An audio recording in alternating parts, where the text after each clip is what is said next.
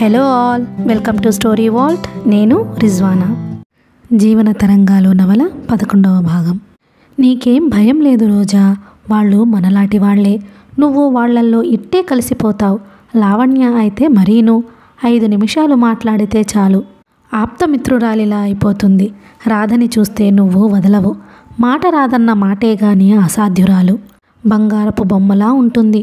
వేణుగోపాలరావు గారి ఇంటికి వెడుతుండగా ట్యాక్సీలో అనంత్ రోజాకి ధైర్యం నూరిపోయసాగాడు. తను అనుకున్నది సాధించాననే గర్వం అతని కళ్ళల్లో తొణికిసలాడుతోంది. రోజా తన మాట ఒప్పుకుందనే ఆనందంతో అతని ముఖం దీప్తివంతమయ్యింది. చాలా హుషారుగా ఉన్నాడతను. రోజా ధైర్యం తెచ్చిపెట్టుకుంటూ కూర్చుంది. నిజం చెప్పాలంటే రోజాకి ఏమాత్రం సంతోషంగా అనిపించటం లేదు. ఉన్నవాళ్ళు లేని వాళ్ళని ఎలా చూస్తారో, వాళ్లల్లో గర్వాతిశయాలు ఎదుటివారిని ఎలా కించపరుస్తాయో రోజా ఎరుగని విషయం కాదు. ఎంత మంచివాళ్లైనా వాళ్ళు ఉన్నవాళ్ళు. తను లేమితో బాధపడుతూ వాళ్ళు చెప్పిన పనులు చేయడానికి వెడుతోంది. అనంత్ దానికి ఉద్యోగం అని పేరు పెట్టాడు. కానీ నిజంగా ఆలోచిస్తే ఆ ఇంటి నౌకరుగానే లెక్క. రోజాకేమిటో చాలా బాధగా ఉంది. అసలు తన జీవితమే ఒక విపరీతం. ఇందులో ఉన్నన్ని అష్టవంకరలు ఈ ప్రపంచంలో ఏ ఆడపిల్ల జీవితంలోనూ లేవేమో. అడుగడుగున అనుకోని సంఘటనలే. అడుగు తీసి అడుగు వేయటానికి భయపడే అవాంతరాలే. వాటిల్లో ఇలా ఈ ఉద్యోగం కోసం వెళ్ళటం ఒక ముఖ్య సంఘటన.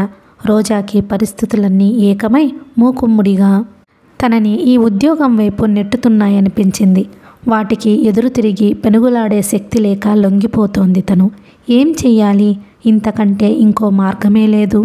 ట్యాక్సీ ఇంటికి సమీపిస్తుండగా అనంత్ ధైర్యం చేసి రోజా చేతిని తన చేతిలోకి తీసుకుని నొక్కాడు. రోజాలో ఎలాంటి మార్పు కనిపించలేదు. ఆ స్పర్శని అసహించుకోలేదు, ఆనందపడలేదు. అసలు స్పర్శజ్ఞానం పోయి ముద్దుబారిన మనిషిలా కూర్చుండిపోయింది. ఇంటి ముందుకు వచ్చి ట్యాక్సీ ఆగింది. గేటు బయట గోడవారాగా కూర్చుని 2 నౌకర్లు కబుర్లు చెప్పుకుంటున్నారు. ఎంతో ఆసక్తిగా కుసకుసలాడుకుంటున్న వాళ్ళు అనంత్ని చూడగానే ఆపేసి లేచి నిలబడి అతి వినయంగా నమస్కారం చేశారు. వాళ్ళని దాటి వచ్చేసిన తర్వాత అన్నాడు అనంత్. ఆ తెల్ల ప్యాంటు షర్టు వేసుకున్నవాడు డ్రైవరు. పేరు రాము. చాలా మంచివాడు, నిదానస్తుడు. ఆ నిక్కరు బనియన్ వేసుకున్న 2వ మనిషి వంటవాడు. ఇవాళ్లే వచ్చాడు. కొత్త కాబట్టి వాడి సంగతి తెలియదు మనకి. ఈ ఇంట్లో నేను అజమాయిషీ చేసే పని ఏముంటుంది అనంత్? ఊబిలో కూరుకుపోతున్న దానిలా బేలగా అంది రోజా. బోలెడంతా. నువ్వే చూస్తావుగా. ఒక్క నిమిషం తీరుబడి అయితే నన్నడుగు. 2 లోపలికి వెళ్ళారు. గేటు దాటి లోపల అడుగు పెట్టగానే రోజా ఒక్కసారిగా గుండెల నిండా గాలి పీల్చుకుంది. ఎంత విచిత్రం! ఆ రోజు అనంత్ ఇంటికి వచ్చినప్పుడు తను మళ్ళీ ఈ వీధిలో కాలు పెడతానని కల్లో కూడా అనుకోలేదు. తనకి ఎంతో అద్భుతంగా అపురూపంగా కనిపించిన ఈ ఇంట్లో కాలు పెట్టే అవసరం వస్తుందని అనుకోలేదు. జీవితం ఎక్కడ ఏ మలుపులు తిరుగుతూ పోతుందో ఎవరికీ తెలియదు కదా. 2 లోపలికి వెళ్ళారు. మధ్య హాల్లో గుమ్మానికి అభిముఖంగా వేణుగోపాలరావు గారు, రాధ, లావణ్య ముగ్గురు వీళ్ల రాక కోసం ఎదురు చూస్తున్న వాళ్లలా కూర్చుని ఉన్నారు. రోజా తన అలవాటు ప్రకారం మెరుపులా ఒక్క చూపుతో ముగ్గురిని కలియజూసింది. వేణుగోపాలరావు గారు రోజాకి ఆ రోజు పార్కులో కనిపించినట్టుగానే నిండుగా, గంభీరంగా, వార్ధక్య చిహ్నాలతో, అశాంతితో సడలినట్టుగా ఉన్నారు. ఆయన ఒళ్ళో ఉన్న రాధ పసిడి బొమ్మలా ఉంది. వాళ్ళకి కుడి ప్రక్కన సింగిల్ సోఫాలో కూర్చుని ఉన్న లావణ్య లేత నీలం, ఎరుపు కలిసిన రంగుల పెద్ద పెద్ద పువ్వులున్న చీర, అదే రకమైన స్లీవ్లెస్ జాకెట్ వేసుకుని ఉంది. మెడలో ఉన్న ఒంటిపేట ముత్యాలు ముదురు రంగు చీర మీద కొట్టొచ్చినట్టు కనిపిస్తున్నాయి. చెవులకి, చేతులకి ఏమీ లేవు. ఆ బోసితనంలోనే ఓ విధమైన అందం కనిపిస్తుంది. లావణ్యని చూడగానే ఎంత నాజూకుగా ఉంది, ఎంత అందంగా ఉంది అనిపించింది రోజాకి. అనంత్ ఎంతో పెద్ద మనిషి తరహాగా ఎంతో వినయ విధేయతలతో పరిచయం చేశాడు. ప్రతి నమస్కారాలు జరిగాయి.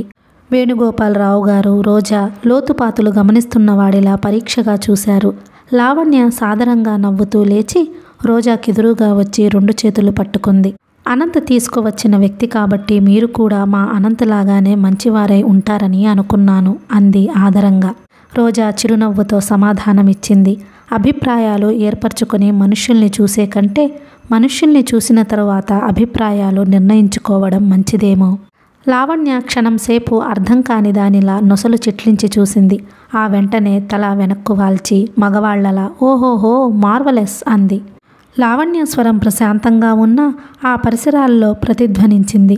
ఆడపిల్ల అంత పెద్దగా నవ్వటమా? అందులోనూ తండ్రి సమక్షంలో. రోజా చప్పున వేణుగోపాలరావు గారి వైపు చూసింది. ఆయన కూతురి నవ్వు పట్టించుకున్నట్టు లేదు. రోజా పట్ల సంతృప్తి కలిగిన వాడిలా చూస్తున్నారు. లావణ్య రోజాని కూర్చోమని చెప్పి బయటికి వెళ్ళింది. వరండాలో నుంచి లావణ్య నౌకరిని కేక వేసి టీ పెట్టమనడం వినిపిస్తోంది. రోజా రాధని దగ్గరకు రమ్మనమని పిలిచింది. రాధ రాలేదు. సిగ్గుపడిన దానిలా తండ్రి గుండెల్లో మొహం దాచుకుంది. దొంగచాటుగా రోజా కేసి ఆసక్తిగా చూడసాగింది. వెళ్ళు తల్లి, నీతో ఆడటానికి పాడటానికి స్నేహం చెయ్యటానికి నీకోసమే వచ్చింది అన్నారాయన. ఇదిగో రాధా, ఈ అక్కకి మాంచి మాంచి కథలు బోలెడన్ని వచ్చు. ఆటలు కూడా చాలా తెలుసు. నువ్వు దగ్గరకు వెళితే అవన్నీ నీకు చెబుతుంది అన్నాడు అనంత్. రాధ అవునా అన్నట్లు రోజా వైపు చూసింది. రోజా కళ్ళతోనే అవును అన్నట్టు తెలియజేసింది. రాధ కొద్దిసేపైన తరువాత బిడియపడుతూ మెల్లగా రోజా దగ్గరకు వచ్చింది. అబ్బా, ఈ గౌన్ ఎంత బాగుంది! నేనెక్కడా ఎప్పుడు ఇంత మంచి గౌన్ చూడలేదు. ఎవరు కొనిపెట్టారమ్మా నీకు? ఎంతో ఆశ్చర్యం అభినయిస్తూ అంది రోజా. రాధ కుడి చేయి వేలు నోట్లో పెట్టుకుని ఎడమ చేయి చూపుడు వేలుతో తండ్రి వైపు చూపించింది. మాటలు రావు దానికి, అలా అన్నీ సైన్యలు చేస్తుంది అన్నారాయన. తెలుసు, అనంత్ చెప్పాడు.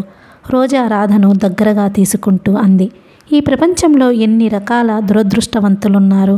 ఒక నోటిని 1000 నోళ్లుగా మార్చుకుని రాక్షసుల్లా పోట్లాడగలిగితేనే ఈ లోకంలో దిక్కులేదు. అలాంటిది తనకు కలిగిన అభిప్రాయమే చెప్పే అవకాశమే లేకపోతే రోజా హృదయం మొదటి చూపులోనే రాధ అంటే జాలి, అభిమానం ఏర్పరచుకుంది. నిజమే మరి. బంగారు బొమ్మలా ఉన్న ఈ పిల్లకి నోటి మాట రాకపోవడం దేవుడు ఇచ్చిన శాపం కదూ. లావణ్య టీ పెట్టించుకుని వచ్చింది. టీ తాగుతుండగా వేణుగోపాలరావు గారు హఠాత్తుగా అడిగారు. రోజాని చూసిన మొదటి క్షణం నుంచి ఆయన కడుపులో ఒక విధమైన ఆవేదన బయలుదేరింది. మీ నాన్నగారి పేరేమిటమ్మా? టీ త్రాగబోతున్న రోజా ఈ ప్రశ్న వినగానే నిటారుగా అయ్యింది. అది గమనించిన అనంత్ చప్పున తను కల్పించుకుని సమాధానమిచ్చాడు. శంకరయ్య. ఇంటి పేరు? తిక్కవారు. అనంత్కి శంకరయ్య ఇంటి పేరు తెలియదు. రోజా అతనికి తిక్క శంకరయ్య గారి మేనకోడలుగానే పరిచయం అయ్యింది. ఆ వీధిలో ఉన్నవాళ్ళు ఆయన పరిచయస్తులు. దాదాపు చాలామందికి అసలు ఇంటి పేరేమిటో తెలియదు. అందరూ అంతా తరచుగా చెప్పటం వల్ల అది ఇంటి పేరే అనుకున్నాడు అనంత్. తండ్రిని గురించిన ప్రశ్నకి తను సమాధానం చెప్పవలసిన అవసరం రాకుండా అందుకున్న అనంత్కి రోజా మనసులో కృతజ్ఞతలు అర్పించుకుంది. ఇంటి పేరు అడగగానే తిక్కవారు అని అతను చెప్పిన సమాధానం విని పక్కున నవ్వబోయి ఎలాగో ఆపుకుంది. ఏం చేస్తారాయన? సంగీత పాఠాలు చెబుతారు. అలాగా? సోఫాలో జేరగిలబడి కూర్చుంటూ ఆయన సాలోచనగా మరోసారి రోజా వైపు చూశారు. రండి, మీకు ఈ ఇల్లంతా చూపిస్తాను. లావణ్య లేచి రోజాని ఆహ్వానించింది. అనంత్ లేవలేదు. లేవటానికి ఇష్టపడని వాడిలా అక్కడే కూర్చున్నాడు. రోజా రాధా చెయ్యి పట్టుకొని లావణ్య వెనక వెళ్ళింది. వాళ్ళు కనుమరుగు అవగానే అనంత్ ఆదుర్దగా వేణుగోపాలరావు గారి వైపు తిరిగాడు. ఎలా ఉంది అమ్మాయి? మీకు నచ్చిందా? పర్వాలేదు, బుద్ధిమంతురాలిగానే కనిపిస్తోంది. కానీ చెప్పలేం అనంత్. ఈ రోజుల్లో మనుష్యులు దుస్తులు ధరించినట్టుగానే బుద్ధులు ధరిస్తున్నారు. వినయం, నమ్రత మనసులో కాకపోయినా సభ్యత పేరుతో నటించడం నేర్చుకుంటున్నారు. నటన అనేది ఇదివరకు ఏ కొద్దిమందికో చేతనయ్యేది. ఇప్పుడు అందరూ ఆ విద్యలో సిద్ధహస్తుల్లా కనిపిస్తున్నారు. నాకు కావలసింది పని. అది కొద్ది రోజులు గడిస్తే గానీ చెప్పలేను. రోజా విషయంలో మీకలాంటి భయం ఏమీ వద్దు. నాది హామీ. ఆమె మీద మీకు కలిగిన అభిప్రాయం మారదని నా విశ్వాసం. ఆ అమ్మాయి పేరు రోజానా? అసలు పేరు సరోజ. కానీ అంతా రోజా అని పిలుస్తారు. మీకు అభ్యంతరం లేకపోతే మీరు లావణ్య కూడా అలాగే పిలవవచ్చు. పేరు సరోజ, కానీ అంతా రోజా అని పిలుస్తారు. ఆయన ఆంతర్యంలో ఎక్కడో అతి సన్నిహితమైన చోట గత స్మృతి లాంటిది వాడి ముల్లులా, బాధలాంటిది మేఘ కలసంలా అలిసిన ఆ కళ్ళల్లో క్షణం సేపు తారట్లాడి వెళ్ళిపోయింది. తర్వాత అనంత్ అక్కడ ఉన్నాడనే ధ్యాసైనా లేకుండా సర్వం మరచిపోయిన మనిషిలా ఆయన బాగా వెనక్కి జారగిలబడి ఆలోచనలో మునిగిపోయాడు. లోపల లావణ్య రోజాకి ఇంటిలో ప్రతి గదిని పేరు పేరున వివరంగా చూపిస్తోంది. ఇల్లు చూపిస్తూ మధ్య మధ్య తమ కుటుంబ వివరాలు చెబుతోంది. లావణ్య వాళ్ళది అసలు స్వస్థలం కలకత్తా అట. అనంత్ తండ్రిది కూడా ఆ ఊరే. ఆయన వేణుగోపాలరావు గారు ప్రాణమిత్రులు. మొదటి భార్య చనిపోవడంతో అనంత్ తండ్రి రెండో పెళ్లి చేసుకుని ఈ ఊరు ఇల్లరికం వచ్చి స్థిరపడిపోయాడు. లావణ్య తాతగారు చనిపోగానే వేణుగోపాలరావు గారు అక్కడున్న జ్యూట్ మిల్స్ అవి అమ్మేసి తను కూడా ఇక్కడికి వచ్చి స్థిరపడిపోయారు. లావణ్య తల్లికి ఇక్కడికి రావడం ఏమాత్రం ఇష్టం లేదు. ఒక విధంగా ఆవిడ ఇక్కడకు రావడం కేవలం బలవంతం వల్లనే అని చెప్పవచ్చు. వచ్చి రాగానే ఆపద ఒకటి వచ్చి పడింది. 14 సంవత్సరాల తరువాత ఆవిడ గర్భవతి అయ్యింది. తను బ్రతకనని, తనకు ఈ గండం గడవదని ఆవిడ ప్రతిరోజు అంటూ ఉండేది. అన్నట్టుగానే అయ్యింది. రాధాని ప్రసవించి చనిపోయింది. అక్కడ ఆస్తులన్నీ అమ్మేసుకు వచ్చిన డబ్బుతో ఇక్కడ వ్యాపారం మొదలు పెట్టుకున్నారు. బాగానే కలిసి వచ్చింది. పట్టిందంతా బంగారం అవుతోంది. కానీ ఏం సుఖం! ఇంట్లో ఎవరికి ఏ రకంగా మనశ్శాంతి లేదు. రోజా లావణ్య చెబుతున్న ప్రతి మాటని శ్రద్ధగా వింటోంది. డబ్బున్న వాళ్ళకి మనశ్శాంతి లేదు, లేని వాళ్ళకి లేదు. మరి ఈ ప్రపంచంలో ఇంకెవరికి అది లభించేది? లావణ్య వాళ్ళు ఇక్కడికి వచ్చిన 4-5 నెలలకే అనంత్ తండ్రి హృద్రోగంతో మరణించాడు. ఒకే ఊరు నుంచి వచ్చి ఇక్కడ స్థిరపడిన ఈ 2 కుటుంబాలకి బంధుత్వం లేకపోయినా తెంపరాని మైత్రి బలంగా అల్లుకుపోయింది. అనంత్ సవతి తల్లి కొడుకు ఉన్నాడని, అతడు పేరు విజయ్ అని, లాయర్ చేస్తున్నాడని, ప్రస్తుతం 2 కుటుంబాల విషయాలు ఎక్కువగా విజయ్ చూస్తూ ఉంటాడని లావణ్య చెబుతుంటే, విజయ్ ప్రసక్తి రాగానే రోజా చప్పున ముఖం తిప్పేసుకుని అక్కడ గోడకున్న క్యాలెండర్ వైపు తదేకంగా చూస్తున్న దానిలా నిలబడిపోయింది. లావణ్య పై గదిలో కుడివైపున ఉన్న ఒక గది తలుపులు బార్లా తెలుస్తూ, ఇదిగో ఇది నా గది, రండి లోపలికి అంది. లోపలకు అడుగుపెట్టిన రోజా మంత్రముగ్ధురాలిలా అలాగే నిలబడిపోయింది. ఇంటి మొత్తం మీద ఉన్న అన్ని గదుల కంటే ఈ గది చాలా అందంగా ఉంది. చూడగానే దీనిలో ఏదో ప్రత్యేకత ఉన్నట్టుగా అనిపిస్తోంది. గదికి గుమ్మానికి ఎదురుగా ఒకటి, పక్కగా ఒకటి పెద్ద పెద్ద కిటికీలున్నాయి.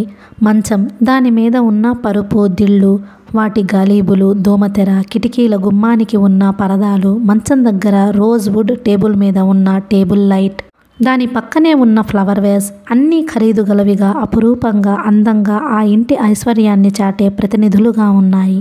ఏ వస్తువు చూడబోయినా ఎంతో విలువగా, అద్భుతంగా కనిపిస్తూ కళ్ళని ఆకట్టుకుంటోంది. ఈ గది నాలాగే అందమైంది, కానీ మనసు లేంది.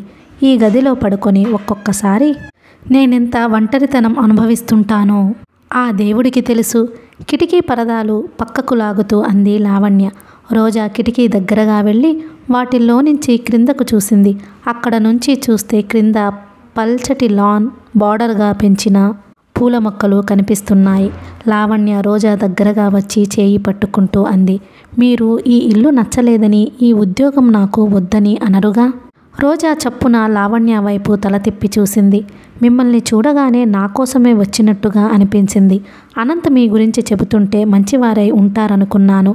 కానీ ఇలా చిన్నగా నాతో సమవయస్కురాలిగా ఉంటారని కల్లో కూడా అనుకోలేదు. ఈ ఇంట్లో ఒంటరితనంతో చచ్చిపోతున్న నాకు రాధా కంటే మీ అవసరం నాకే ఎక్కువ అని నేనంటే మీరు అతిశయోక్తిగా భావించరు కదా? లావణ్య కంఠం ఆతృతగా, నమ్రతగా, చిన్నపిల్లలా పలికిన ఆ పలుకులకి రోజా ఎలాగో అయ్యింది. మీకెవరు బంధువులు కానీ స్నేహితులు కానీ లేరా? ఎంతో మృదువుగా అడిగింది రోజా. చెప్పానుగా ఎవరూ లేరని. పేరుకి పరిచయస్తులు, స్నేహితులు అనబడేవాళ్ళు చాలామంది ఉన్నారు. కానీ వాళ్లల్లో 100కి 90 మంది నాకు నచ్చరు. మిగతా 10 మందికి నేను ఏకాకిని. ఏం, మీకు బంధువులు స్నేహితులు చాలామంది ఉన్నారా? రోజా చప్పున ఎవరూ లేరన్నట్టు తల అడ్డంగా తిప్పింది. గుడ్, అయితే మనిద్దరం స్నేహితులం అవ్వచ్చు, ఏమంటారు? లావణ్య నవ్వుతూ అంటుండగానే వంటవాడు పైకి వచ్చి, అమ్మాయి గారు మీకు ఫోన్ వచ్చింది అన్నాడు. ఫోనా? నాకా? లావణ్య నుదురు చిట్లించింది. క్షణంసేపు ఏదో ఆలోచించి, నేను ఇంట్లో లేనని చెప్పు అంది. వాడు తలగొక్కున్నాడు. ఎట్లాగండి, ఇంట్లో ఉన్నారా అంటే ఉన్నారు, పిలుస్తానుండండి అని చెప్పి వచ్చానే. లావణ్య మండిపడ్డట్టుగా చూసింది. ఎందుకు చెప్పావు? ఎవరు చెప్పమన్నారు నిన్ను? తారాజువ్వలా లేచిన లావణ్యని చూసి వాడు బెదిరిపోయాడు. నాకేం తెలుసండి, అర్జెంటుగా మాట్లాడాలని ఆయనంటే నసిగాడు. ఇంకెప్పుడు అలా చెప్పకు, కొత్తవాడివి, తెలియదని ఈసారికి ఊరుకుంటున్నాను. ఎవరైనా ఫోన్ చేస్తే ఎప్పుడైనా సరే నాకు తెలియదు, ఉన్నారో లేదో చూస్తాను, మీ పేరు అని అడిగి ముందు నాతో వచ్చి చెప్పాలి, తెలిసిందా? లావణ్య కంఠం మాట్లాడినట్టు లేదు, ఆజ్ఞాపించినట్టు ఉంది. వాడు తెలిసింది అన్నట్టు తల ఊపాడు. ఇప్పుడు చేసింది ఎవరు? పేరు కనుక్కున్నావా? కొట్టినట్టుగా అడిగింది. ఎవరో జేమ్స్ గారటండి, భయం భయంగా చెప్పాడు వాడు. జేమ్సా? లావణ్య క్షణం సేపు తెల్లబోయినట్లు చూసింది. ఆగ్రహావేశాలు మంత్రించినట్లు మాయమైనాయి. ఆ ముఖం ఆశ్చర్యంతో, పట్టరాని సంతోషంతో మతాబులా వెలిగిపోయింది. జేమ్సా? ఆ మాట మొదటే చెప్పి ఏడవ్వేం? నేను వస్తున్నాను పద. ఇదిగో ఈ ఒక్క జేమ్స్ అన్న ఆయన ఫోన్ చేస్తే మాత్రం సరాసరి వెంటనే వచ్చి నన్ను పిలువు. నేను ఇంట్లో ఉంటే ఉన్నానని, లేకపోతే లేనని నిజం చెప్పే, తెలిసిందా? మళ్ళీ మర్చిపోయావన్నావంటే ఊరుకోను. ఈ ఇంట్లో నౌకరికి మరుపు, బద్ధకం రెండూ ఉండకూడదు అని రోజా వైపు తిరిగి, మీరు ఇక్కడ చూస్తూ ఉండండి, నేనిప్పుడే ఒక్క క్షణంలో వస్తాను. అతను నాకు బాగా తెలిసిన అతను, చాలా అర్జెంటు విషయం మాట్లాడాలి అని చెబుతూనే పంచకళ్యాణిలా క్రిందకు పరిగెత్తింది. లావణ్య కళ్ళల్లో అప్రయత్నంగా మెరుపులీనుతున్న కాంతిని బట్టి ఆ జేమ్స్ అన్న అతను ఎవరో లావణ్యకి అత్యంత ప్రియమైన వ్యక్తి అయి ఉంటాడని గ్రహించింది రోజా. లావణ్య వెళ్ళిపోయిన తరువాత రోజా గదిని మరోసారి పరిశీలనగా చూసింది. రోజా మనసంతా చేదు తిన్నట్టుగా ఉంది. ఈ ఒక్క గదే కాదు, ఈ ఇంట్లో ఎక్కడ చూసినా సిరి సంపదలు నాట్యం చేస్తున్నాయి. ఈ దేశంలో డబ్బు లేదు అన్నవాళ్లంతా మూర్ఖులు, గుడ్డివాళ్ళు. డబ్బు లేకేం? ఉంది, చాలా ఉంది. కానీ బుద్ధి లేని ఆ డబ్బు ఉన్నవాళ్ల దగ్గరే 100 రెట్లుగా మిగిలిపోతోంది. లేని వాళ్ళ దగ్గర చూద్దామన్నా చిల్లి గవ్వ కనిపించటం లేదు. ఈ దేశం పరాయి దేశం వాళ్ళు అనుకున్నట్టు నిర్భాగ్య దేశం ఏం కాదు. కానీ ఉన్న సంపదని అందరికీ సమంగా పంచి ఇవ్వలేని అసమర్థపు దౌర్భాగ్యపు దేశం. లేకపోతే సిగరెట్ బూడిద చేసేందుకు అంత అందమైన వస్తువా? అది చూడగానే చాలా ఖరీదైందని దాని పనితనమే చెబుతోంది. అడుగు భాగం అంతా గాజుతో చేయబడి ఉంది. ఏ మాత్రం అశ్రద్ధ చేసినా, చేయి జారినా పగిలి ముక్కలై రూపం లేకుండా నాశనం అవుతోంది. వేస్ట్ పేపర్ వేసే బుట్టకి అంత శోక. డైనింగ్ రూమ్లో అద్దాల బీరువాలో డిన్నర్ ప్లేట్లు అన్ని రకాల. రోజా హఠాత్తుగా తన ఆలోచనలకి తనే సిగ్గుపడింది. ఏం ఆలోచిస్తుంది తను? లేమితో జీర్ణించిపోయిన తన హృదయం ఎక్కడ ఏ కాస్త సుఖం కనిపించినా దెబ్బతిన్న పామున లేచి బుసలు కొట్టడం ఈ మధ్య ఎక్కువైపోయింది. ఇది మంచిది కాదు. మానసికంగా ఆరోగ్యప్రదమైంది కాదు. వాళ్ళని అనటం ఎందుకు? ఎవరి అదృష్టం వాళ్ళది. ఒకరు లేమికి మరొకరిని దూషించడం న్యాయం కాదు. ఈ ఇంట్లో అడుగుపెట్టిన ఈ క్షణంలోనే తను తన యజమానుల ఉన్నతిని చూసి ఈర్ష్యపడడం, ద్వేషించడం మంచిది కాదు. వాళ్ళు తనకి ఒక ఉపాధిని కల్పిస్తున్నారు. కృతజ్ఞతతో చేతులెత్తి నమస్కరించవలసింది పోయి ఇలా ఆలోచించటం అవివేకం, అన్యాయం. క్షణంలో వస్తానన్న లావణ్య దాదాపు అరగంట తర్వాత వచ్చింది. ఓ ఐఎమ్ సారీ, ఏదో మాట్లాడుతూ నిలబడిపోయాను. మీరేమీ అనుకోలేదు కదా? ఎర్రబడిన బుగ్గలతో విహంగంలా ఎగురుతున్న మనసు కళ్ళల్లో ప్రతిఫలిస్తుండగా నవ్వుతూ అంది లావణ్య. పర్వాలేదు అంది రోజా మర్యాదగా. ఆ జేమ్స్ అన్న వ్యక్తి ఎవరో, ఏం మాట్లాడాడో గాని లావణ్య కళ్ళు నక్షత్రాల్లా మిలమిలలాడుతున్నాయి. రోజాకి మరో సంగతి కూడా అర్థమయ్యింది. లావణ్యలో ఈ స్నేహం, ఈ మృదుత్వం స్నేహితులకు మాత్రమే పరిమితం. నౌకర్ల పట్ల ఎంత నిర్దాక్షిణ్యంగా, ఖచ్చితంగా ఉండగలదో, మాటల్లో ఎంత అధికారం, దర్పం చూపించగలదో ఇంత క్రితం ఫోన్ వచ్చిందని వార్త తెచ్చినప్పుడు అతని మీద ఎగరడంతోనే అర్థం చేసుకుంది రోజా. 2 వారాలు గడిచాయి. రోజా జీవితంలో, దినచర్యలో హఠాత్తుగా ఊహించలేని పరిణామం వచ్చింది. కొండ మీద నుంచి ఏటవాలుగా క్రిందకి దొర్లిపోతున్న రాయి దొర్లి ఏ అఘాతంలోనూ పడకుండా సమతలానికి వచ్చి దేనికో తగిలి ఆగిపోయినట్లుగా, విపరీతమైన గాలిలో రెపరెపలాడుతున్న గాలిపటం ఏ క్షణంలో దారం తెగి ఏ ముళ్ళకంపలో చిక్కుకొని చిరిగిపోతానో అని భయపడి అదృష్టవశాత్తు మెల్లమెల్లగా క్రిందకు దిగి యజమాని చేతిలో వాలినట్టుగా అనిపించసాగింది. వేణుగోపాలరావు గారి పేరు చలువలో ఏ మంత్రముందో ఆయన సమక్షానికి వెళ్ళిన క్షణం ఎంత విచిత్రమైందో గాని రోజా జీవితానికి ఒక ఆలంబన దొరికినట్లు నిశ్చింతగా అనిపించసాగింది. మానసికంగా శాంతి లేని మనిషికి శారీరకంగా క్షణం తీరని పని ఉంటే ఆ బాధ నుంచి కొంత కాకపోతే కొంతైనా విముక్తి అవచ్చునని గ్రహించింది రోజా. రోజాకిప్పుడు అర్థం లేని ఆలోచనలు రావటం లేదు. భవిష్యత్తు గురించి దిగులుగానే బెంగగానే పడేందుకు వ్యవధి లేదు. ఉదయం లేచి ఆదరాబాదరాగా తయారై వేణుగోపాలరావు గారి ఇంటికి వచ్చి మళ్ళీ సాయంత్రం ఇంటికి వెళ్లే వరకు కాలం రెక్కల గుర్రంలా పరిగెత్తుతుంది. రోజులు క్షణాల్లా, వారాలు గంటల్లా గిర్రున తిరిగిపోతున్నాయి. లావణ్య చాలా సరసంగా, స్నేహమయిగా ప్రవర్తిస్తూ రోజాకి తెలియని విషయాలుంటే తెలియజెబుతోంది. ఒక్క చూపుతో, ఒక్క మాటతో సర్వం గమనించగలిగిన నేర్పు పుట్టుకతోనే అబ్బిన రోజా చాలా స్వల్ప వ్యవధిలోనే ఆ ఇంటి సభ్యుల్లో ఒకరిగా, వారికి ప్రేమైన ముఖ్యమైన వ్యక్తిగా కలిసిపోయింది. ఏ దేవతలో అనంత రూపంలో ఆశీర్వదించి కరుణతో ప్రసాదించిన వరం ఈ జీవనాధారం. రోజా తనలో గల చాకచక్యం అంతా ఉపయోగించి ఈ ఆధారాన్ని వినియోగించుకొని జీవితానికి ఒక స్థిరత్వాన్ని ప్రసాదించుకోవడానికి ప్రయత్నించసాగింది.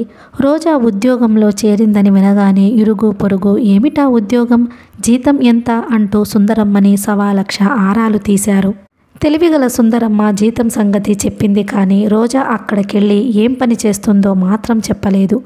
ఏమిటో చెప్పింది కానీ నాకు తెలియలేదమ్మా, ఇంగ్లీషు కాగితాల మీద తెగ రాయాలట పాపం. కుర్ర సన్యాసి కూర్చొని నడుం పీక్కుపోతుంది అంటూ ఇంటికి వచ్చి ఒకటే గోల అంది ఎంతో ఆపేక్షగా. అడిగిన వాళ్ళు అనుమానంగా ముఖముఖాలు చూసుకున్నారు. రోజా ఉద్యోగం గురించి వాళ్ళు రకరకాలుగా ఊహించుకొని చెప్పుకోవడం ప్రారంభించారు. రోజాకి వీళ్లతో సాంగత్యం పోయి చాలా రోజులయ్యింది. ఒకవేళ వాళ్ళు ఏదన్నా అన్నా లక్ష్య పెట్టే స్వభావము కాదు. ఈ ప్రపంచంలో కష్టపడి నీతిగా నిజాయితీతో సంపాదించే ఏ సంపాదనైనా పవిత్రమైనదేనని అనంత్ చాలాసార్లు చెప్పాడు. రోజా విశ్వాసం కూడా అదే. వేణుగోపాలరావు గారి ఇంట్లో రోజాకి తను పెద్ద కష్టపడుతున్నది ఏదీ ఉన్నట్లే కనిపించటం లేదు. భోజనాలు అయ్యే వరకు కాస్త ఊపిరాడనట్లుగా పని ఉంటుంది. తర్వాత సాయంత్రం వరకు తీరికే. మధ్యాహ్నం భోజనం చేయగానే వేణుగోపాలరావు గారు తప్పనిసరిగా కొద్ది గంటలు విశ్రాంతి తీసుకుంటారు. ఆ సమయంలో ఇంట్లో ఎక్కడా అంతగా శబ్దం వినిపించకూడదు. ఆ సమయంలో లావణ్య, రోజా కబుర్లతో గడిపేస్తారు. ఇద్దరిలో ఎక్కువగా మాట్లాడేది ఎప్పుడూ లావణ్యే. తన చిన్ననాటి విషయాలు, తల్లిని గురించిన జ్ఞాపకాలు ఎన్నెన్నో రోజాకి చెబుతూ ఉంటుంది. లావణ్య గది సర్దుతూనో, రాధా బట్టలు బొమ్మలు సర్దుతూనో రోజా కుతూహలంగా అవన్నీ వింటుంది. లావణ్యతో కంటే రాధాతో ఎక్కువగా కాలం గడపడం రోజాకి ఇష్టంగా ఉంటుంది. రాధాకి చదువు, ఆట నేర్పడం రోజాకి చాలా ఆనందంగా, గమ్మత్తుగా, విచిత్రంగా, అద్భుతంగా ఉంటుంది. నోట మాట రాని ఆ పిల్ల కళ్ళతో, చేతులతో అన్ని విషయాలు స్పష్టంగా అర్థమయ్యేలా చూపగలదు.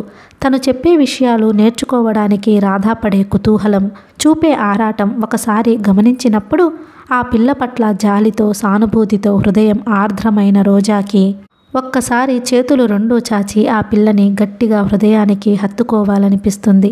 రోజా వచ్చిన కొద్ది రోజుల్లోనే లావణ్యకి తండ్రికి మధ్య గల ప్రేమాభిమానాలు ఎంత లోతైనవో తెలుసుకుంది.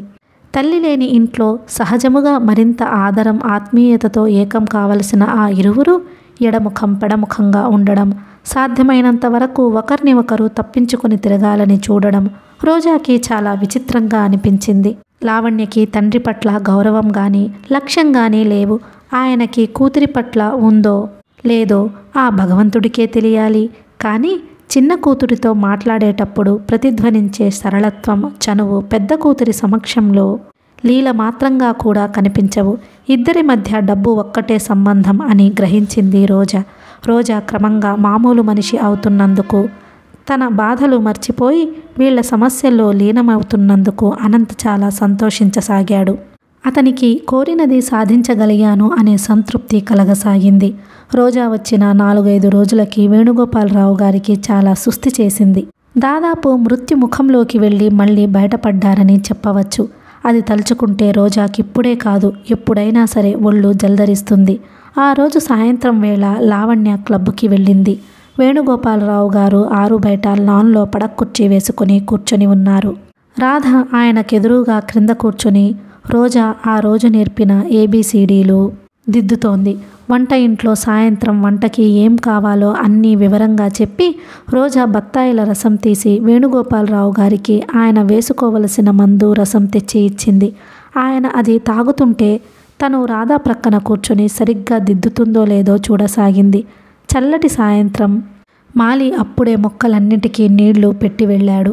పరిసరాలన్నీ నీట్గా ప్రశాంతంగా అలసిన మనుషుల సేద తీర్చేలా ఉన్నాయి. రోజాకి ఈ వేళలో ఇక్కడ కూర్చొని విశ్రాంతి తీసుకోవడం అంటే ఎంతో ఇష్టం.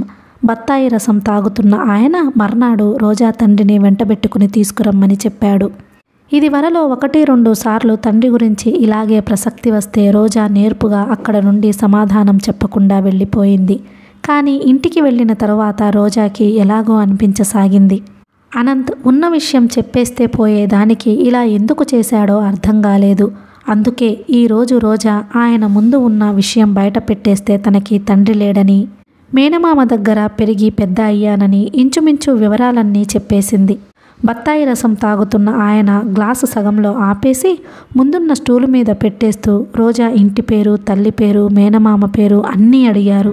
రాధ చెయ్యి పట్టుకొని జాగ్రత్తగా తదేకంగా దిద్దిస్తున్న రోజా తలెత్తి ఆయన ముఖంలోకి చూడకుండానే ఆయన ముఖంలో హఠాత్తుగా కలుగుతున్న భావ పరివర్తన గమనించకుండానే వివరంగా అన్నిటికీ జవాబులు చెప్పింది. వేణుగోపాలరావు గారి ముఖం పాలిపోయింది. ఆయన వంటి నిండా చెమటలు అలుముకున్నాయి. మనిషి కంపించసాగారు. హఠాత్తుగా ఊపిరి అందనివాడిలా ఎగశ్వాస పీలుస్తూ ఆయాసపడసాగారు. రోజా పిలుస్తూ ఎగరొప్పుతూ 2 చేతులు చాచారు. ఆ పిలుపుకి ఉలిక్కిపడి తలెత్తి చూసిన రోజా ఒక్క క్షణం సర్వం మరిచిపోయి నిశ్చేష్టురాలయ్యింది. ఆ నిమిషంలో ఆయన కళ్ళల్లో కనిపించిన భావం ఎవరు చూసినా జన్మలో మర్చిపోలేరు. చాలా సున్నితమైన చోట బిగించిన పిడికిలితో బలమైన దెబ్బతిన్న మనిషిలా విలవిలలాడుతున్నారాయన. రోజా కంగారుగా లేచి నిలబడింది. చప్పున దగ్గరగా వచ్చింది. ఏమిటది, ఏమైంది అంది కంగారుగా. ఆయన తలెత్తి రోజా వైపు చూశారు. ఆ చూపులో సుడిగుండంలో చిక్కుకొని అడుగంటా వెళ్ళిపోతున్న మనిషి ఆధారం దొరక్క వెర్రిగా చూస్తున్నట్లుగా ఉంది. అదృష్టవశాత్తు సరిగ్గా ఆ సమయానికి అనంత్ అక్కడికి రావడంతో సరిపోయింది. అనంత్ని చూడగానే వెర్రిదానిలా కేకలు పెట్టింది రోజా. అనంత్, చప్పునరా, త్వరగా! అనంత్ 2 అంగాల్లో వచ్చినట్టుగా వచ్చాడు. అప్పటికే వేణుగోపాలరావు గారు గుండె పట్టుకుని పడక్కుర్చీ చేతి మీదకి మూటలా ఒరిగిపోయారు. భగవాన్, భగవాన్! రోజా! ఆక్రందనలా వినిపించింది ఆయన స్వరం. తర్వాత అంతా నిమిషాల మీద చకచకా జరిగిపోయింది. అనంత్ లోపలికి పరిగెత్తి డాక్టర్కు ఫోన్ చేయడం, ఆయన వచ్చే వరకు ఆయన్ని పడకుర్చీలో నుంచి దింపి అక్కడే ఆ పచ్చికలోనే సరిగ్గా పడుకోబెట్టడం, అనంత్ ఆదేశం ప్రకారం ఆయన తలని ఒళ్ళో పెట్టుకుని కూర్చోవడం, డాక్టర్ వస్తూనే ఆయన్ని పరీక్షించి గబగబా 2 ఇంజెక్షన్లు ఇవ్వడం, అనంత్తో హార్ట్ స్ట్రోక్ అనడం జరిగినాయి. అంతవరకు మాట్లాడుతున్న మనిషి అలా జీవం లేనట్టుగా అయిపోయి వెల్లకిలా స్పృహ లేనట్టు పడుకున్న ఆయన్ని చూడగానే రోజాకెందుకో చెప్పలేనంత దుఃఖం వచ్చింది. డాక్టర్ గారు తర్వాత అనంత్, రాములు సహాయంతో లోపలికి తీసుకువెళ్ళి పడుకోబెట్టారు. మళ్ళీ ఇంకో ఇంజెక్షన్ ఇచ్చి నాడీ చూస్తూ మంచం దగ్గరగా కూర్చీ జరుపుకొని కూర్చున్నారు. అనంత్ ఆయన తలవైపు చేతులు కట్టుకుని నిలబడ్డాడు. డాక్టర్ గారు చెప్పబోయే మాటలకి ఒళ్ళంతా చెవులు చేసుకుని ఎదురు చూస్తూ రోజా ఏడుస్తున్న రాధాని బుజ్జగిస్తూ నిలబడింది. కొద్దిసేపటికి ఆయనకి మళ్ళీ ముఖం నిండా చెమటలు పోశాయి. మెల్లగా కళ్ళు విప్పి చూశారు. ఎదురుగా రాధాని ఎత్తుకుని నిలబడిన రోజా మీదనే ఆయన కళ్ళు నిలిచిపోయినాయి. దగ్గరకు రమ్మని సైగ చేశారు. రోజా దగ్గరగా వచ్చింది. ఆయన రోజా చేతిని గట్టిగా పట్టుకుని కళ్ళు మూసుకున్నారు. ఆయన కళ్ళ వెంబటి వెచ్చటి కన్నీళ్లు ప్రక్కకి జారడం అందరూ గమనిస్తూనే ఉన్నారు. రోజా బెదురుగా అనంత్ వైపు, డాక్టర్ వైపు చూసింది. కళ్ళతోనే ధైర్యం ఇచ్చాడు అనంత్. పల్స్ చూస్తున్న డాక్టర్ రోజాని కదలకుండా అక్కడే నిలబడమని సైగ చేశాడు. ఇల్లంతా శ్మశాన ప్రశాంతత ఆవరించుకున్నట్టుగా ఉంది రోజాకి. చాలాసేపైన తరువాత రోజా చేతిని పట్టుకున్న ఆయన చేయి సడలింది. గాఢ నిద్రలోకి జారినట్టు సూచనగా క్రమంగా వస్తున్న ఉచ్ఛ్వాస నిశ్వాసాలు వినిపించసాగినాయి. అందరూ యువతలకి వచ్చేశారు. డాక్టర్ రోజాని వాళ్ళు ఏం మాట్లాడుకున్నారో చెప్పమని అడిగాడు. ఏం ఉన్నాయి, మామూలు సంగతులే, లోకం గురించి అంది. ఆయనకేదో చాలా షాక్ లాంటిది కలిగింది. బహుశా మాటల వల్ల గాక దానంతట అదే వచ్చి ఉండవచ్చు. ఈరోజు చాలా గండం తప్పింది. కొద్దిసేపటి వరకు పల్స్ అందనే లేదు. ఇంకోసారి వస్తే మాటని అసంపూర్తిగా ఆపేశారు. వెళ్ళబోయే ముందు డాక్టర్ గారు రాధా బుగ్గలు నిమిరి, కేవలం నీకోసమే బ్రతికి ఉంటారమ్మా అని వెళ్ళాడు. అనంత్, రోజా చాలాసేపు బయట లాన్లో కూర్చున్నారు. అనంత్ క్లబ్కి లావణ్య కోసం ఫోన్ చేశాడు. లావణ్య క్లబ్బులో లేదని, అసలు ఆ సాయంత్రం అక్కడికి రాలేదని చెప్పారు. ఎక్కడికి వెళ్ళి ఉంటుంది? నాతో క్లబ్కి వెడతానని చెప్పిందే అంది రోజా. ఏమో, ఎవరికి తెలుసు. ఈ మధ్య లావణ్య చాలా నిగూఢంగా ప్రవర్తిస్తోంది అన్నాడు అనంత్ ఆలోచనాపూర్వకంగా చూస్తూ. ఆ రోజు రాత్రి లావణ్య ఇంటికి తిరిగి వచ్చే వరకు ఉండిపోయింది రోజా. లావణ్య రాగానే అనంత్ జరిగినదంతా క్లుప్తంగా చెప్పాడు. లావణ్య తండ్రి గదిలోకి వెళ్ళి నిద్రపోతున్న ఆయన్ని ఒకసారి చూసి తలుపులు చేరవేసి చప్పుడు కాకుండా యువతలికి వచ్చేసింది. తండ్రికి అంత సుస్థి చేస్తే ఆయనకి చావు బ్రతుకులు అయితే లావణ్య చూపవలసినంత ఆదుర్ద చూపించనేలేదు. రాత్రి పొద్దుపోవడంతో అనంత్ రోజాకి తోడుగా ఇంటి వరకు వచ్చి దించి వెళ్ళాడు. దోవలో వస్తుండగా డగ్గుత్తుకతో అంది రోజా. ఈరోజు ఎంత ప్రమాదం గడిచింది. నాకు చాలా భయం వేసింది. ఆయన ప్రాణం వదిలారనే అనుకున్నాను. డాక్టర్ చెప్పాడుగా, మృత్యు ముఖంలోకి వెళ్ళి బయటికి వచ్చాడని. ఈ గుండె జబ్బు మనుష్యులతో కాస్త ఇబ్బందే. ఇంతకు ఈరోజు ఆ రాధ అదృష్టం అని చెప్పవచ్చు అన్నాడు అనంత్. రాధా సంగతేమో, నేను చాలా అదృష్టవంతురాలిని. అదేం రోజా అలా అంటున్నావు? అవును అనంత్, నువ్వు కల్పించిన ఈ జీవనాధారం మీద నేనెంతో ఆశ పెట్టుకున్నాను. ఈరోజు ఆయనకేదైనా అయి ఉంటే. రోజా కంఠం జీరతో పలికింది. అవును సుమా, నేను గుర్తించనే లేదు. కొత్త విషయం గుర్తిస్తున్నట్టుగా అన్నాడు అనంత్. ఇద్దరూ కొద్దిసేపు ఎవరి ఆలోచనలో వాళ్ళుండిపోయారు. రోజా ఇల్లు సమీపిస్తుండగా అన్నాడు అనంత్. రోజా, ఆయనకి ఆ ఇంట్లో అసలు మనశ్శాంతి లేదు. నువ్వే నీకు వీలైనంత వరకు ఆయన ప్రశాంతంగా గడిపేలా చూడగలిగితే. తప్పకుండా అనంత్, అది నా కర్తవ్యంగా భావిస్తున్నాను దృఢంగా అంది రోజా. మర్నాడు రోజా వెళ్ళేసరికి ఆయన స్వస్థతగానే ఉన్నారు. రోజా రోజు కంటే చాలా ముందుగానే వెళ్ళినా అప్పటికే ఆయన రోజా రాలేదని 2-3 సార్లు అడిగారని లావణ్య అనంత్ ఇద్దరూ చెప్పారు. రోజా వెంటనే ఆయన గదిలోకి వెళ్ళింది. రోజాని చూస్తూనే ఆయన లేచి కూర్చోబోతూ అన్నారు. మీరు లేవకండి. మీరు చాలా విశ్రాంతి తీసుకోవాలి. ఏ మాత్రం కదలకూడదు. అక్కడే ఉన్నా అప్పుడే వచ్చి చూస్తున్న డాక్టర్ వారిస్తూ హెచ్చరించాడు. రోజా, ఇలా దగ్గరకు రామ్మా, నా దగ్గరగా రా, నిన్ను సరిగ్గా చూడని. రోజా డాక్టర్ గారి కను సైగల ప్రకారం దగ్గరగా వెళ్ళి నిలబడింది. పాలిపోయినట్టున్న ఆయన ముఖంలో పొంగులా వచ్చిన ఆవేశం చూసి రోజా క్షణం సేపు చకితురాలైనట్టు నిలబడింది. ఆయన మళ్ళీ రోజా చెయ్యి గట్టిగా పట్టుకున్నాడు. ఆ కళ్ళల్లో అదే భావం. ఎడారిలో పరిగెత్తి దాహంతో అలమటించిపోతున్న మనిషి చల్లటి ఒయాసిస్ కంటికి కనిపించగానే ఆనందంతో నోట మాట రానట్టు నిలబడిపోయే ఉద్వేగం. డాక్టర్ ఇంజెక్షన్ ఇవ్వడానికి సిరంజి పట్టుకుని దగ్గరగా వచ్చాడు. కళ్ళు మూసుకున్న ఆయన ఎడమ చెయ్యి ఇస్తూ ఆవేశంగా అన్నారు. ఇవ్వండి డాక్టర్. ఈ ప్రపంచంలో ఆరోగ్యం ప్రసాదించే మందులన్నీ నాకివ్వండి. బ్రతుకు మీద విరక్తిగా ఉందని ఇదివరలో నేను అన్న మాటలన్నీ వెనక్కు తీసుకుంటున్నాను. నేను బ్రతకాలి. చాలా రోజులు, చాలా సంవత్సరాలు. నిన్న నా ప్రాణం పోకుండా కాపాడిన మీకు నేనెంతో కృతజ్ఞుడిని డాక్టర్, ఎంతో కృతజ్ఞుడిని. మూసుకున్న రెప్పల నుండి నీళ్లు జారడం చూసిన ఇద్దరు ముఖముఖాలు చూసుకున్నారు. ఆ రోజంతా రోజా ఆయన మంచం దగ్గరే గడిపింది. రోజా చెయ్యి పట్టుకుంటారాయన. అరచేతిని తన వేళ్లతో ఆప్యాయంగా నిమురుతాడు. నన్ను భగవంతుడు క్షమించాడు. నువ్వు నాకు దొరికావు అంటూ అస్పష్టంగా ఏదో గుణుగుతాడు. ఏకాంతంగా ఉన్నప్పుడు రోజా అనంత్తో వింతగా ఉన్న ఆయన ప్రవర్తనను గురించి చెప్పింది. అనంత్ చాలా తేలికగా తీసిపారేశాడు. పెద్దవాడాయన, సుస్థి చేసిన మనిషి, ఆప్యాయతకి ఆదరణకి మొహం వాచి ఉన్నాడు. నువ్వు కాస్త ఆపేక్షగా చూసేసరికి అలా అయిపోయి ఉంటారు. రోజా, వృద్ధులు పసిపిల్లలు సమానం అన్న మాట మర్చిపోకు. వ్యక్తిగతంగా ఆయన నాకు కొన్ని సంవత్సరాల నుంచి తెలుసు. అంత మంచి మనిషిని నేనింతవరకు ఎక్కడా చూడలేదు. నీకు ఆయన తండ్రితో సమానం అనుకో. తండ్రియా? రోజా చేదు తిన్నట్టుగా పెట్టింది మొహం. నీ ఇష్టం రోజా, నువ్వెలాగైనా అనుకో. నేను తీసుకువచ్చిన నువ్వు ఒక ప్రత్యేకమైన వ్యక్తివని ఆయన గుర్తించాలి. నీ ద్వారా ఆయనకి ఇంట్లో సుఖశాంతులు లభించాలి. అది నా అభీష్టం. నీకు విన్నపం. అలాగే అనంత్, అలాగే. నేను కాదనడం లేదుగా. నీరసంగా అంది రోజా. రోజాకి ఎలాగో అనిపించసాగింది. 4-5 రోజులు గడిచినాయి. వేణుగోపాలరావు గారికి కాస్త స్వస్థత చేకూరింది. డాక్టర్ ఆయన్ని బాగా విశ్రాంతి తీసుకోవాలి అని గట్టిగా హెచ్చరించాడు.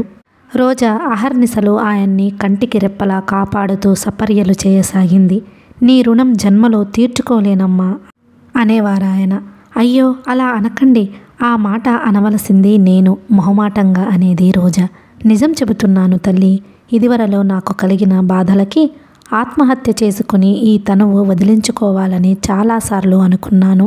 కానీ ఎన్నటికీ ఆ తెగింపు రాని నా బలహీనతకి నేనే సిగ్గుపడేవాడిని. కానీ ఇప్పుడు అనిపిస్తుంది, నేనలా చేయకపోవడం వల్లే ఎంతో విలువైనది పొందగలుగుతున్నాను. నా ఈ దౌర్భాగ్యపు బ్రతుకుకి ఈ వార్ధక్యంలో ఇంతటి అదృష్టం పడుతుందని నువ్వీ రూపంలో నా ఇంటికి వచ్చి నన్నిలా సేద తీరుస్తావని కలలో కూడా అనుకోలేదు. రోజాకి ఆయన మాటలు అర్థం కాలేదు. తలతోకాలేని ఈ సంభాషణకి రోజా అంతగా ప్రాధాన్యత ఇవ్వలేదు. అదంతా ఒక విధంగా సంధి మాటల క్రింద సరిపెట్టుకుని ఊరుకుంది. రోజా టైం అంతా ఈ మధ్య దాదాపు ఆయన సమక్షంలోనే గడిచిపోతోంది. పేపర్ చదివి వినిపించమంటారు ఆయన. రోజా చదివి వినిపిస్తుంటే పత్రికా పఠనంలో పూర్తిగా లీనమైపోయిన రోజా తనని గమనించటం లేదని తెలుసుకున్నప్పుడు తనివి తీరా రెప్పవాల్చకుండా కోలగా నాజూకుగా ఉన్న ఆ ముఖం వైపు తదేకంగా చూస్తుంటారు. రోజా చదువుతున్న ఆ విషయాల కంటే వాటిని పలుకుతున్న ఆ కంఠస్వరాన్ని ఆయన చెవులు అమృతం తాగుతున్నట్టుగా అత్యంత ఆసక్తిగా ఆలకిస్తాయి. మధ్య మధ్యలో రోజా ఇంటి విషయాలు యథాలాపంగా అడిగినట్టు అడుగుతూ ఉంటారు. రోజాకి ఒక తమ్ముడు ఉన్నాడని, రోజా తల్లి సుస్థి మనిషి అని, ఎన్నడూ గది కూడా విడిచి రాదని, సంగీతం పిచ్చిగల మేనమామ నాటకం కంపెనీలో చేరి ఊళ్ళో ఉండటం లేదని, అలా కొద్ది కొద్దిగా వివరాలు తెలుసుకున్నారు. రోజా తమ్ముడి పట్ల ఆయన ఎంతో ఆసక్తి కనబరిచారు. అతని రూపురేఖలు, స్వభావం అణువణువున ఆరాలు అడిగారు. రోజాని మర్నాడే వెంట పెట్టుకుని తీసుకురమ్మన్నారు. రోజా ఇబ్బందిగా చూసింది. చందు ఊళ్ళో లేడని, ఏదో పని మీద ఊరు వెళ్ళాడని చెప్పింది. చంద్రం ఫోటో తెమ్మని అడిగారు. రోజా సరేనంది. కానీ ఆ విషయం అక్కడితోనే మర్చిపోయిన రోజా మర్నాడు ఆయన రాగానే చిన్నపిల్లాడిలా ఫోటో కోసం ఆతృతగా అడిగి చేయి చాస్తుంటే నివ్వెరబోయింది. చంద్రం ఫోటో తేనందుకు ఆయన రోజా ఊహించలేనంతగా ఆశాభంగం చెందారు. రోజా నిర్లక్ష్యానికి చిరాకు పడ్డారు, కోపగించుకున్నారు. అదంతా అస్వస్థత యొక్క లక్షణంగానే భావించుకుంది రోజా. తమ పరిస్థితులు బాగోలేవని విన్న ఆయన సహజంగా కరుణాహృదయుడు కాబట్టి తనకి ఏ రకంగానైనా సాయపడడానికి చూపుతున్న ఆతురత ఏమో అనుకుంది.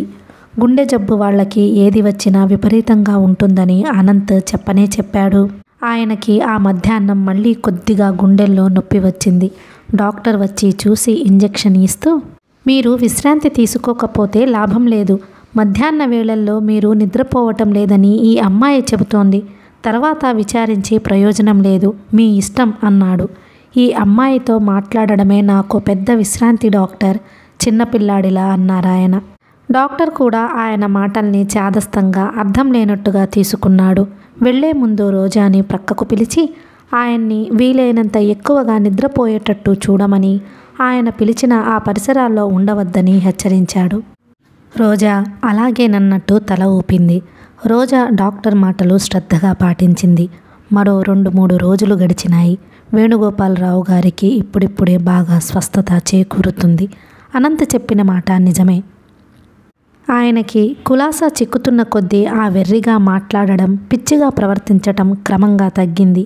రోజాతో చాలా మృదువుగా, చనువుగా ఉంటున్నారాయన. చంద్రం ఊరు నుంచి రాగానే వెంటనే తన దగ్గరకు తీసుకురావడం మర్చిపోవద్దని రోజాను కనీసం 2-3 సార్లైనా హెచ్చరించడం మాత్రం మానలేదు. ఇంట్లో ఇప్పుడు అన్ని విధాలా ప్రశాంతత చేకూరిందనే చెప్పవచ్చు. లావణ్యకి రోజా రావడంతో చాలా సమస్య తీరింది. ఇదివరకులా కాకుండా ఇంటి విషయాల బాధ్యత తక్కిపోవడంతో ఇప్పుడు కావలసినంత తీరుబడి, కాలాన్ని ఎలా వినియోగించుకోవాలి అన్న సమస్య జేమ్స్తో పరిచయం పెరుగుతున్న కొద్దీ తీరిపోసాగింది.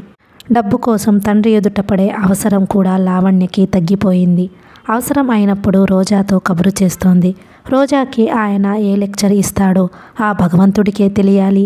లావణ్య అడిగిన మొత్తం మాత్రం చేతికి వస్తుంది. ఇన్ని విధాలుగా తనకి సమస్యలు తీర్చిన రోజా అంటే లావణ్యకి ఇదివరలో ఎప్పుడూ ఎవరి మీద కలగనంతటి అభిమానం కలగసాగింది. మధ్యాహ్న వేళలా ఇద్దరూ కూర్చున్నప్పుడు లావణ్య దాపరికం లేకుండా రోజా అడగకుండానే తన విషయాలన్నీ చెప్పేసేది. ఒక్కోసారి ఉదయం వెళ్ళి మధ్యాహ్నానికి తిరిగి వచ్చిన లావణ్య తను జేమ్స్తో కలిసి ఎక్కడెక్కడ తిరిగింది, తను ఏం మాట్లాడుకున్నారో వర్ణిస్తున్నట్టుగా చెప్పేది.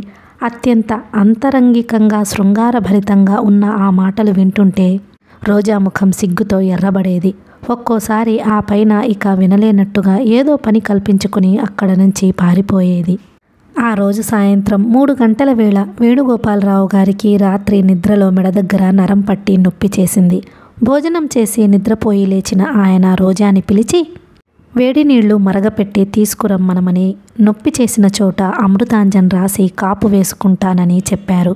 వంటవాడు మధ్యాహ్నం భోజనాలు కాగానే ఇంటికి వెళ్ళిపోయి మళ్ళీ 4 గంటలకి కానీ తిరిగి రాడు. అందువల్ల రోజా తనే వంట ఇంట్లోకి వెళ్ళి గ్యాస్ స్టవ్ వెలిగించి నీళ్లు మరగబెట్టింది. పొగలు కక్కుతున్న వేడివేడి నీళ్ల గిన్నెని గుడ్డతో పట్టుకొని వస్తుండగా వేణుగోపాలరావు గారి గదిలో నుంచి మాటలు వినిపించాయి. అవును, దాదాపు చచ్చిపోయి బ్రతికాను అంటున్నారాయన ఎవరితోనో. ఎవరో వచ్చారు. ఎవరై ఉంటారు? వచ్చింది అనంత్ మాత్రం కాదు. అనంత్ అయితే ఆయన కొత్తగా తన సుస్థి సంగతి చెప్పాల్సిన అవసరం లేదు. ఇంకెవరు? డాక్టర్ గారా? ఆయన ఈ సమయంలో రారే. రోజా తటపటాయిస్తూనే గదిలోకి అడుగుపెట్టింది. వచ్చిన వ్యక్తి ఇటువైపు వీపు పెట్టి ఆయనకు అభిముఖంగా తిరిగి కూర్చొని మాట్లాడుతున్నాడు. అతని కంఠం మృదు గంభీరంగా పలికింది. రాగానే గోపాలం చెప్పాడు. బట్టలు కూడా మార్చుకోకుండా సరాసరి వచ్చేశాను. ఆ కంఠస్వరం వినగానే రోజా ఉలిక్కిపడింది. గుండె ఒక్క క్షణం ఆగిపోయినట్టే అనిపించింది. వెనక నుంచి చూస్తుంటే నిటారుగా ఉన్న ఆ విగ్రహం, ఆ కూర్చోవటంలో కూడా కనిపిస్తున్న హుందాతనం, మగసిరిని చూపించే ఆ భుజాలు, ఆ చక్కటి క్రాఫ్ ఇంకెవరు? అందమైన ఆకృతితో పాటు అంతులేని పొగరు, దుస్సాహసం ఎవరికి ఉన్నాయో అతనే విజయ్. కథ కొనసాగుతుంది. మీకు ఈ వీడియో నచ్చినట్లయితే please like, share and subscribe the channel. Thank you.